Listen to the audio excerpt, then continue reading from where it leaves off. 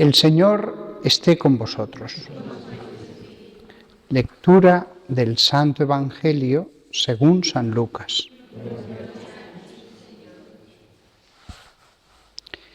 En aquel tiempo la gente se agolpaba alrededor de Jesús para oír la palabra de Dios.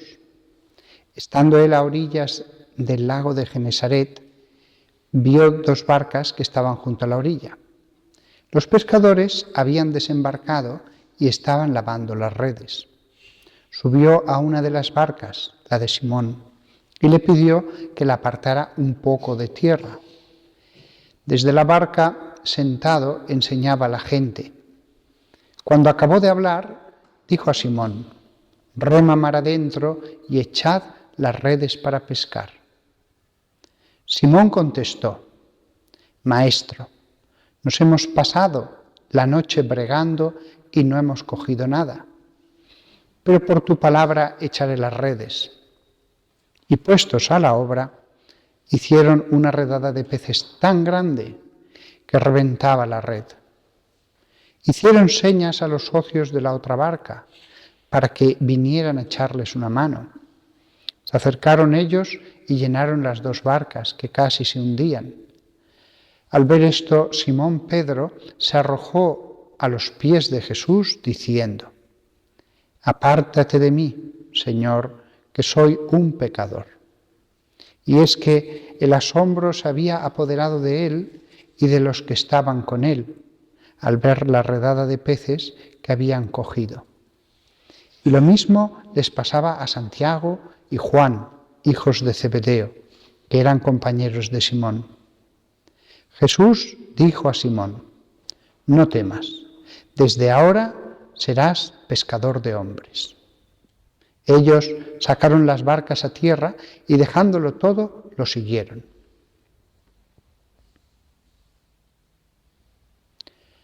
Palabra del Señor.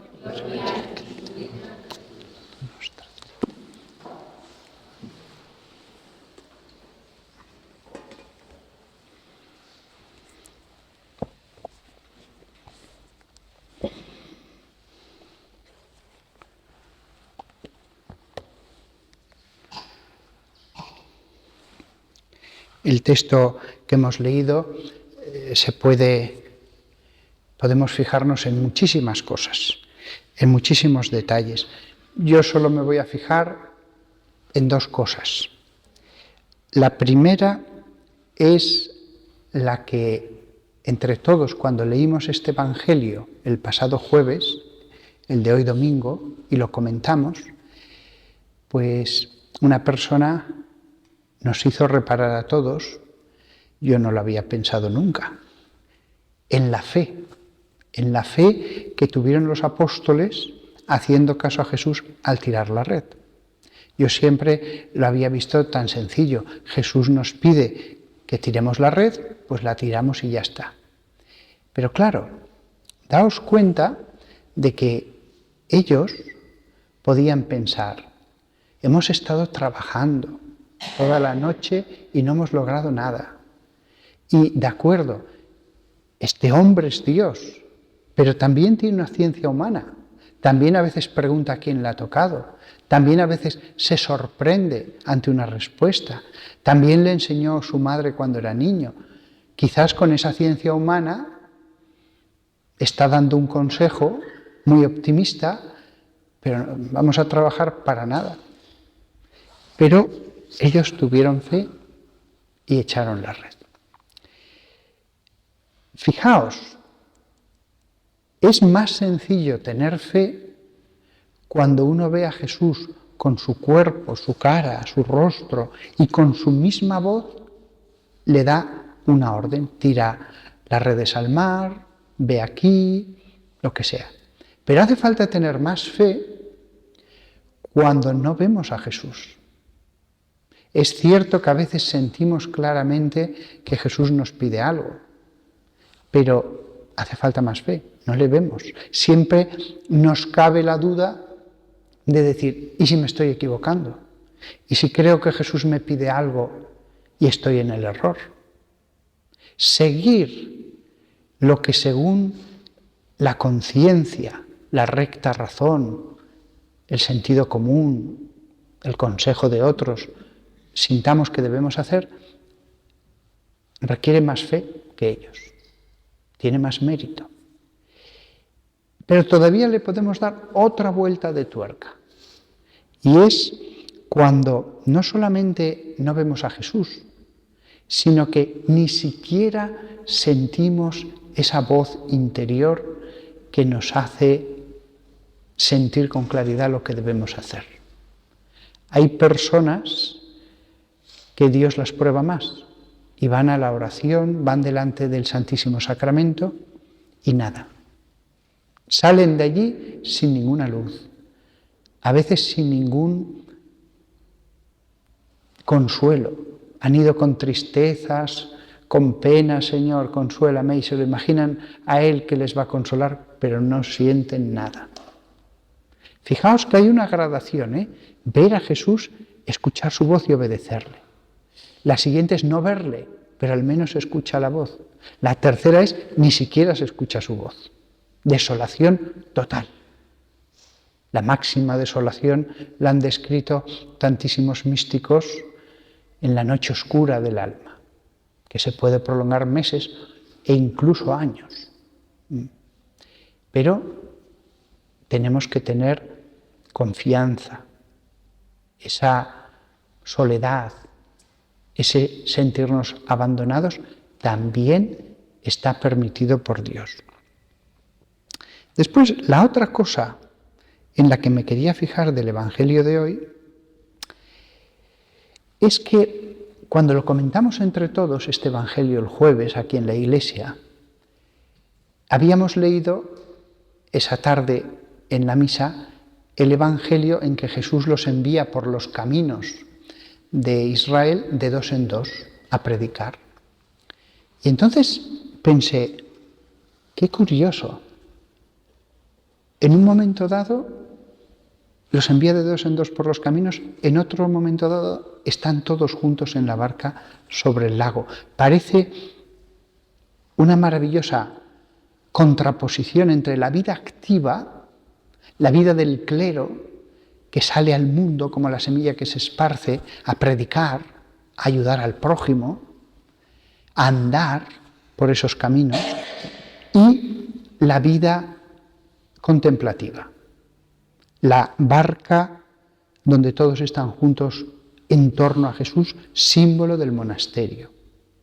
La barca, símbolo de la vida contemplativa en cuanto que se dejan llevar en la barca por el viento del Espíritu Santo. El predicador que va por los caminos tiene que andar, tiene que predicar, tiene que pescar las almas una a una, como el que echa una caña, le pone un cebo, estira, después le quita el anzuelo. En la vida contemplativa uno se deja llevar, no existe el esfuerzo de tener que andar. Los peces vienen a la red. Está uno siempre en comunidad, en la barca, con los otros en torno a Jesús. Me parece una contraposición muy bella, contraposición de las dos imágenes, que no es lucha entre las dos imágenes. Los unos en un momento dado hacen una cosa, en otro momento dado hacen otra cosa. Además, más bonito todavía, si uno se imagina que ese mar donde está la barca es el mar del misterio de Dios. Es decir, que uno se interna en el misterio de Dios. Que el monasterio está sobre el ser de Dios y que lo que hay que profundizar es en Él. Precioso el versículo de Job, capítulo 38, versículo 16, cuando le pregunta a Dios a Job, ¿has entrado en las fuentes del mar o en tu búsqueda has andado en las profundidades de los abismos? Esto se puede aplicar al misterio de Dios, el entrar en las fuentes del mar. ¿Cuáles son esas fuentes del mar? De ese misterio de Dios. La generación del Hijo y la expiración del Espíritu Santo. Por muy grande que sea ese mar, todo el ser del Hijo procede del Padre. Y todo el ser del Espíritu Santo procede del Padre y del Hijo. Como si estuviera fluyendo continuamente el ser de uno del otro. Has entrado en las fuentes del mar, o en tu búsqueda has andado en las profundidades del abismo de Dios. Andar en las profundidades de Dios. Evidentemente, no andamos en el fondo. El monasterio está en la superficie. Todavía no nos hemos sumergido totalmente, como sí que lo haremos en la muerte. Para sumergirse en el mar hay que morir. Pero para ir mar adentro, en ese misterio no es necesario, porque estamos en la superficie. Vamos a morir, vamos a sumergirnos, pero todavía no. Todavía hay una misión que hacer.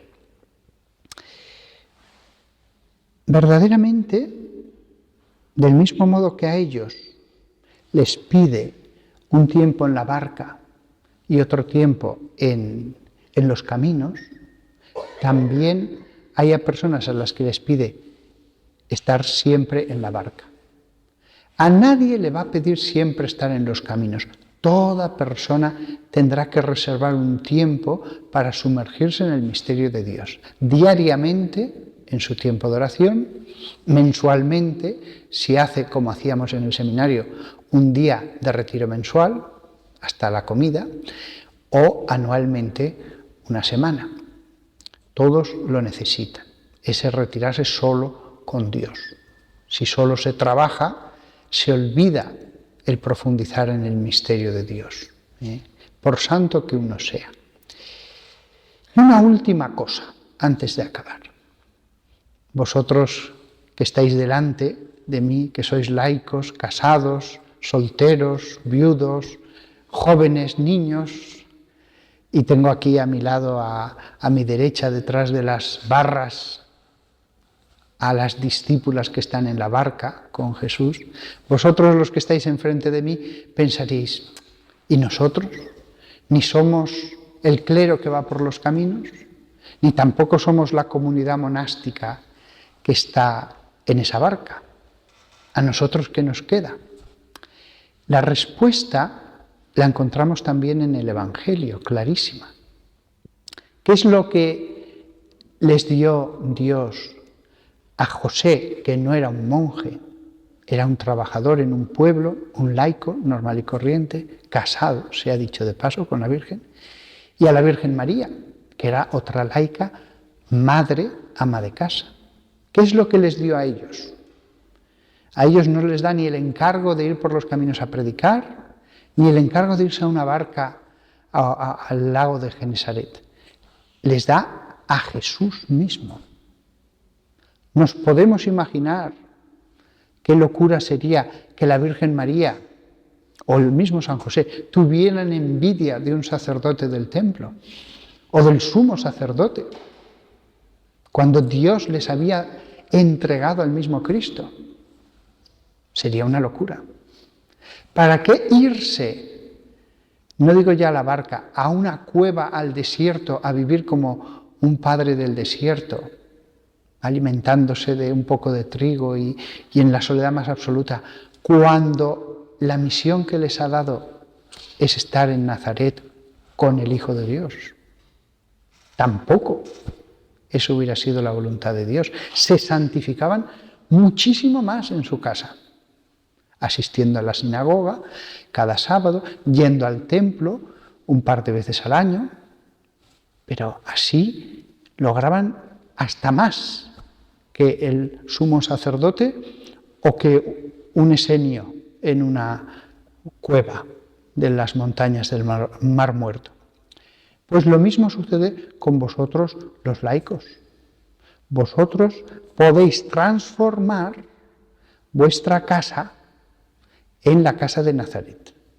Podéis transformar esos 4 muros que constituyen el perímetro del hogar que os ha dado Dios, en un lugar donde estéis con Jesús, donde estéis con el Espíritu Santo. Y si eso lo hacéis bien, no tenéis nada que envidiar a nadie, porque una es la vocación que da Dios al clero, otra es la vocación que da Dios a los monjes y otra es la vocación que da Dios a los laicos que viven en el mundo.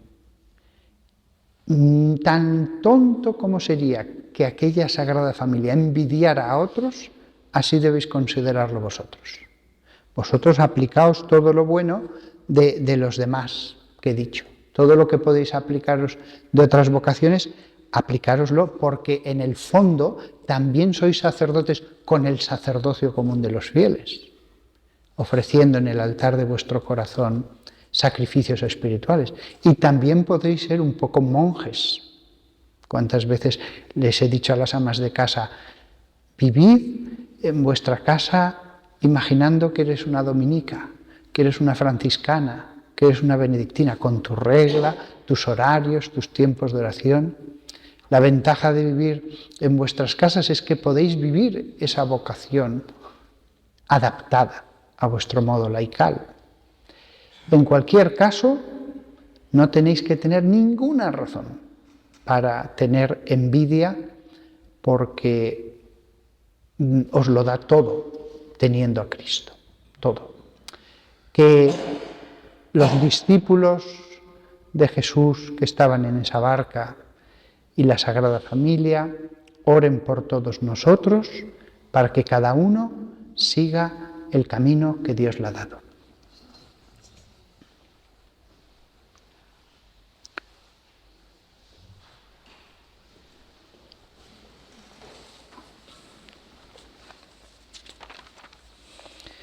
Creo en Dios, Padre Todopoderoso.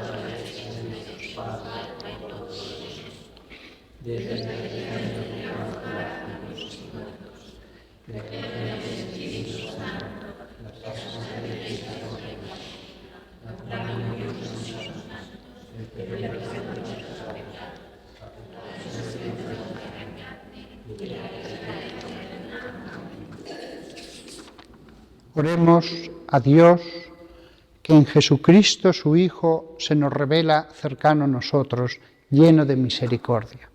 Todos vengan